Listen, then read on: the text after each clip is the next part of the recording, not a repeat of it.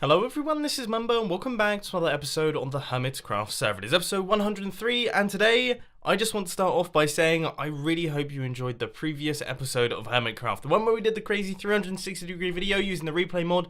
I had a ton of fun making that thing, even if it did take me hours. It took me ages. Okay, I was planning on having that day off. That was the plan. I was going to have that day off. We were going to shoot some bits for the vlogging channel. But it ended up taking about 15 hours to get that video to work due to my editing software just not accepting the files at all. And when it finally did accept the files, it said it was going to take 140 hours to render out the video, which, well, to be frankly honest, I didn't have. Okay, I didn't have 140 hours to wait. So I had to do a ton of problem solving. I had to download new editing software and everything like that. Finally, we managed to get it up and running, and hopefully you enjoyed it. And also, we managed to shoot the video for the vlogging channel on the Sunday. There'll be a link to that one on the screen and also down in the description. Once again, it is an awesome video, and it was shoot with my new camera, which is in 4K. So that is the first 4K vlog I have ever done, and I have to say, I think it looks pretty amazing. But anyway, in today's episode of Hermitcraft, we're going to be doing a bunch of really awesome things. We're going to be working in the industrial district. But before we do... Nope. 1 diamond, yes. Okay, so we have got at least 4 diamonds there.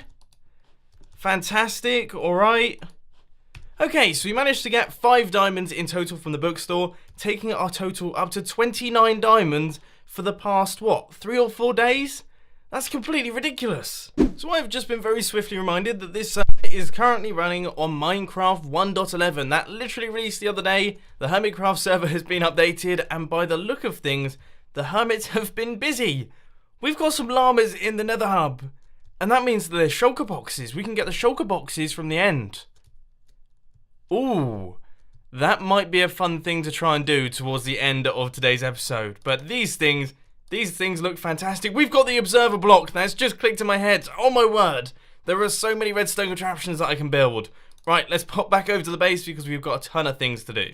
So first things first, we need to fix up this fella right here. Hopefully that will change everything up. He won't die, which is brilliant. And he will go back to being happy, which is absolutely fantastic. And now we are going to start work on the new project in the industrial district, which is going to be my nether wart farm. As you guys know, I recently built these potion brewing stations, and of course to get all of the potions in here, we need nether warts. Now we have got a nether wart farm right the way off in the distance, but I thought it'd be a fun thing to work on in this base area right here. So as you can see, we've got this little square that we can use for the space. In fact, it goes right the way across there, and hopefully we can create a slim but very deep nether wart farm with plenty of layers that will be automatically harvested using water. I think it seems like a pretty cool idea, but I am going to have to do some quick designing in my redstone testing world. So here is the design that we're going to be constructing on the Hermitcraft server. Now this is pretty similar to the one that was designed by Cubfan that's in the orange district, I do believe. Basically, up at the top here, we've got some water that will flow down, covering all of the platforms like this. So it will run across like this, then drop down here, then go across in this direction, then go across in this direction, pushing all of the nether wart down into the bottom. Now, I haven't actually tested this yet, but hopefully it should all work. So you can see the water goes down, and then it goes across there, and then it sort of snakes through the entire system until it reaches the end, and this is where all of the nether wart will drop down. And I don't know if I'm going to have hoppers yet, or if I'm just going to have like a manual collection area, but in theory, this should end up working really quite nicely. And as you can see, it's really compact. There's going to be tons upon tons of layers, and most importantly, tons upon tons of nether wart. My haste 2 beacon is back up and running. We have got a ton of mining to do in this location, and I'm thinking we need to go down maybe 30, potentially even 40 blocks here. You know, I don't really know. I don't know how big I want this nether wart farm to be. I just sort of want it to be monstrous. And because I'm a total moron, of course I've constructed my beacon just out of range of this area here. I don't get haste 2 in this location. I mean, I just worry about myself sometimes. Honestly, I've sort of lost count of how many levels I've gone down. I've just been mining whilst watching YouTube videos. I think I've still got a long way to go. And here we go. This is the space that I've cleared out. This should be plenty of room to make way for all of the soul sand. I think this should be enough to make around about 10 layers of the nether wart farm. So 10 layers of soul sand, and they're going to be making their way all the way up like this, and our water is going to zigzag down there, and then all of the nether wart is going to go into the hoppers, and I guess you might have to make an item elevator to transport those items off into our storage system. But for now, I actually need quite a large quantity of soul sand. That's something that I hadn't really thought of, but we are going to need tons upon tons of the stuff. So I'm going to pop into the nether with my shovel, and we've got quite a bit of clearing to do. But before we do any of that, it is the standard gear repairing session. I actually have quite a lot of gear that is running low at the minute, so I think we're going to have to do like a full repair mission. I think I've found the perfect location for soul sand. I am absolutely blasting through here. I don't have any fire resistance potions whatsoever, and I don't even have a boat on me. So I am definitely in a little bit of trouble, especially if any form of blaze or ghast comes up to me. But right now, I'm getting tons upon tons of the stuff. I think I've got a bunch of stacks here. You know what? This might just about cover us for the entire farm. Sweet. So all of the soul sand has now been gathered up. As you can see, we've got a bunch of it left in my inventory, and I've already started work on placing in our platforms. So these are the platforms that are going to sort of zigzag through this entire giant hole right here. And one thing that I have just realised is obviously this farm is enormous, okay? It's a gigantic farm. I might not always want to harvest the entire thing, because then of course I have to replant the entire thing, and that's a massive pain in the backside. So what I thought I'd do is leave a little bit of space in this section right here to allow us to have multiple different buttons, which allows us to harvest multiple different areas of the farm. So say for example, we only want to harvest like a quarter of it, then we can just do that. We press one of the different buttons, and that's basically the way that this thing is going to work. But for now, I have got a lot of soul sand to place in. We have got 2 of the layers, and I do believe we have another 7 to go. And believe it or not, guys, all of the soul sand is pretty much all in place. And there we go. That right there was the final platform. So we have got a bunch of massive layers of soul sand. I haven't actually counted them yet. We've got 1, 2, 3, 4, 5, 6, 7 layers in total. Now, I don't actually know how big these things are. I think they're 14 blocks long, and they're 1, 2, 3, 4, 5, 6, 7 blocks wide. So if someone wants to do the maths to work out how much nether wart I'm going to get from this thing, that would be greatly appreciated. But now what we have to do is we have to work out, A, how all of the redstone is going to work, how we're going to do the water dispensing, B, apparently fall down to the bottom, and C, work out how we're actually going to pick up all of these items and transport them anywhere. And as per usual, we have got absolutely no cobblestone. We've got loads of stone, but we don't have any cobblestone. And of course, you can't craft a dispenser with smooth stone, which means that we're going to have to go mining for the stuff. I can't believe episode 103, we're going to have to go out mining for cobblestone. It seems ridiculous. Also, if anyone knows where my cobble breaker pickaxe is, that would be greatly appreciated. I can't seem to find it. I thought that was it, but apparently that's not quite it. I have completely lost my non-silk touch efficiency 5 pickaxe. This looks promising. This looks very promising. Right, okay, we've got smooth stone. Smooth stone. Oh, come on, there's got to be cobblestone. None. And by the look of things, none. What? If it's called Cobble Shop, why are they only selling smooth stone? Ah, that really got my hopes up then. I so thought we were onto a winner. Finally, I've managed to locate the cobblestone breaker. It was actually inside the back cave. Must have been where I was working on that armor stand area that I was doing. So I am now in the process of taking out a huge area of cobblestone. Just right the way over here with my haste 2 beacon. I hopefully should be able to get enough stuff, but by the look of things, I've been a complete moron, and I've started using my silk touch pickaxe instead. Honestly, my brain isn't working properly today, just bear that in mind. Now, I know it may not look like much has changed in the previous few clips, but I've actually just been planning out and working out what we're going to be doing for this entire farm. So what I've done is I have created a 3/3 system. So these dispensers right here, if you activate these dispensers, you'll get the full enchilada. Alright, you'll get the full thing, the entire farm will harvest, and it will work really wonderfully. And I'm going to try my best not to fall down that hole right there, because that could have been painful. But then the next section is slightly further down. You can see we've got a bunch of dispensers down here, and that will do around about half of the farm.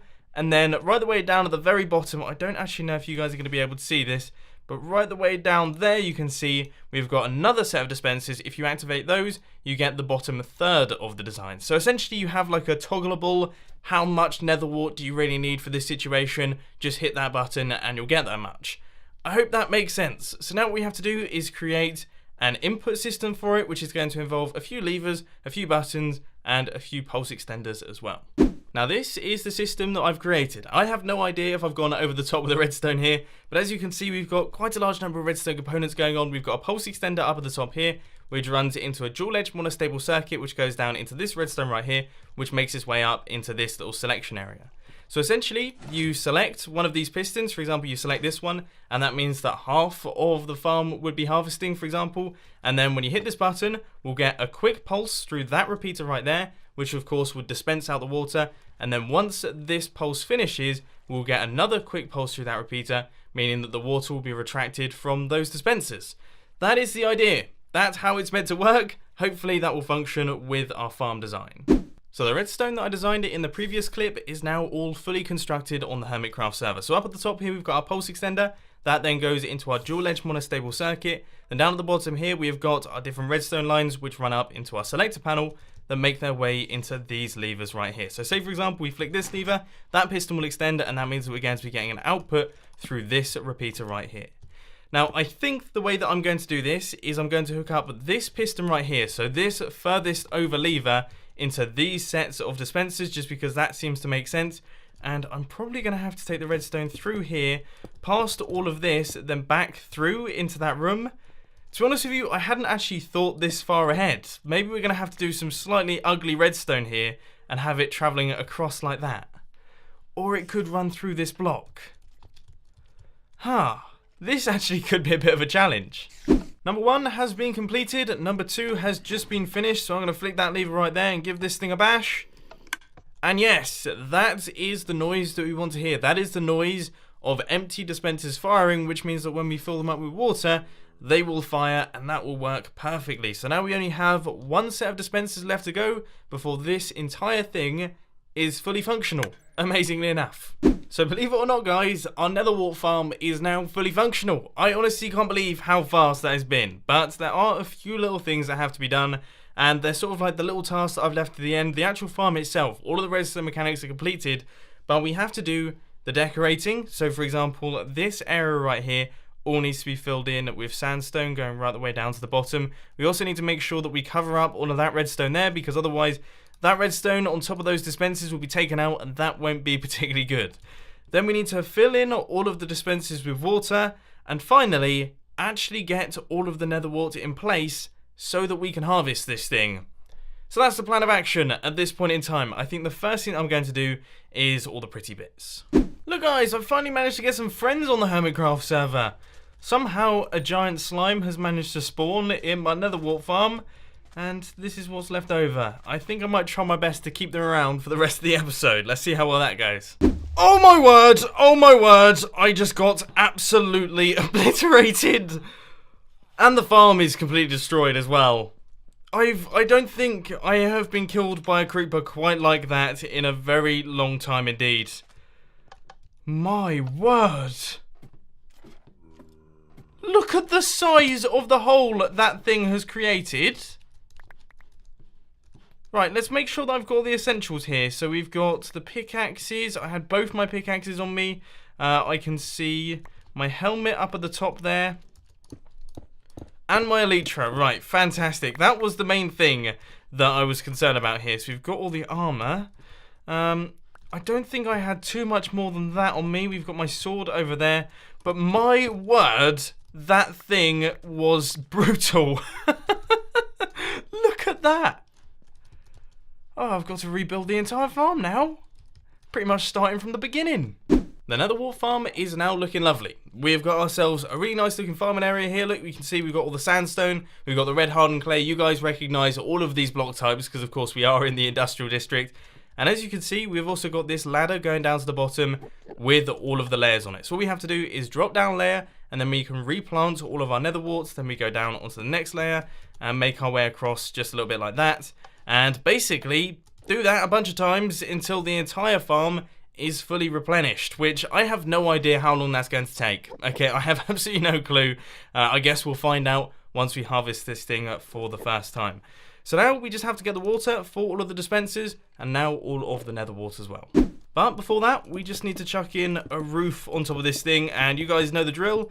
We have got some glass. Unfortunately, I don't seem to have too much of the stuff, so I've just put a few stacks of sand into the super smelter, and hopefully that should just about cover it. I personally think that filling dispensers with water buckets is actually one of the most boring tasks you can do in Minecraft. I mean, there's literally nothing exciting about it. Especially on soul sand, so you can't even move fast. This is literally the most boring thing you can do in Minecraft. Let me know if you think there's other things. Oh no, no, no, no, no, no, no, no. Yep. I totally should have lit this place up. Why on earth? Why are there so many creepers down here? There's another one there. I thought things couldn't spawn on soul sand. Right, let's light this up. That was, yeah, pretty bad. Can we just take a moment to admire the size of the hole created by that creeper explosion? Honestly, what is up with the creepers in here? It's like they're, I don't know, it's like they're strapped up with TNT as well. I actually give up. I seriously, what? Oh, and there's more, right. Why did I not light this up in the first place? Oh yeah, I remember. It's because mobs shouldn't be able to spawn on soul sand. They don't spawn on soul sand. I guess they're just spawning on the other blocks. They're making their way into the system. Good news, everyone. The farm is now fully completed. Everything is watertight, so no water should be able to flow out of the farm. I've also covered up any holes in the edges of the farm, which means that hopefully no mobs should be able to spawn in here. Everything has also been fully lit up so that nothing can spawn, which is good. All of the dispensers have been filled in with water buckets. I'll quickly make sure that these ones have been as well. All of the dispensers have been connected into the redstone system, so that should be all good. Yeah, I think we have finally managed to come together and finish this thing. Now, I have to say, I was not expecting this to take as long as it did. I thought this would be quite a small little project that we could do in the first half of the episode, but no, it's taken up my full recording time right here. So what I'm going to do is I'm going to pop off to the other nether wart farm. I'm going to pick up some nether wart, chuck that into this farm, and then leave it to grow overnight. Seriously, what is going on up there? Helicopters all over the place.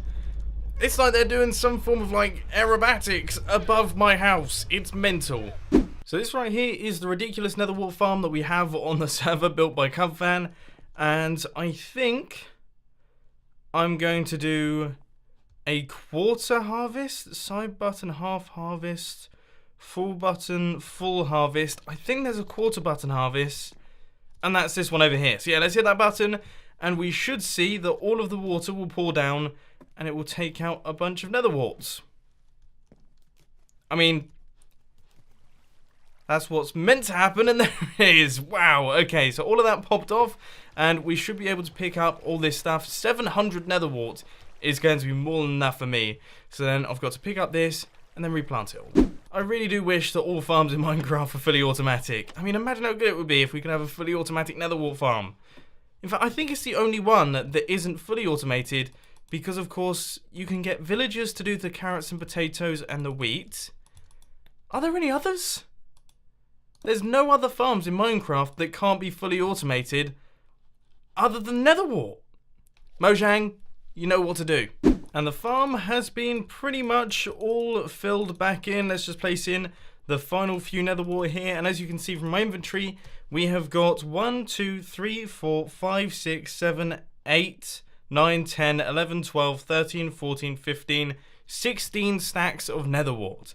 Fingers crossed that that is going to be enough to fill in my entire farm, because now, believe it or not, what I have to do is exactly what I've just done here, aka placing a bunch of nether wart, but I have to do it in my own farm. And there it is, the farm is pretty much all filled in, the final few nether warts making their way in right now, and there we go. So we have got a bunch of layers of nether warts going through. I actually had to pick up some extra nether wart from my storage system to fill this thing in, but it's looking good. It is looking good. Now, I have to say, as I mentioned earlier on in the episode, I thought this was going to be a really small redstone project, something that we could do in like half the episode, but collecting the resources, all of the setbacks with the creepers and things like that has caused a massive amount of hassle for me.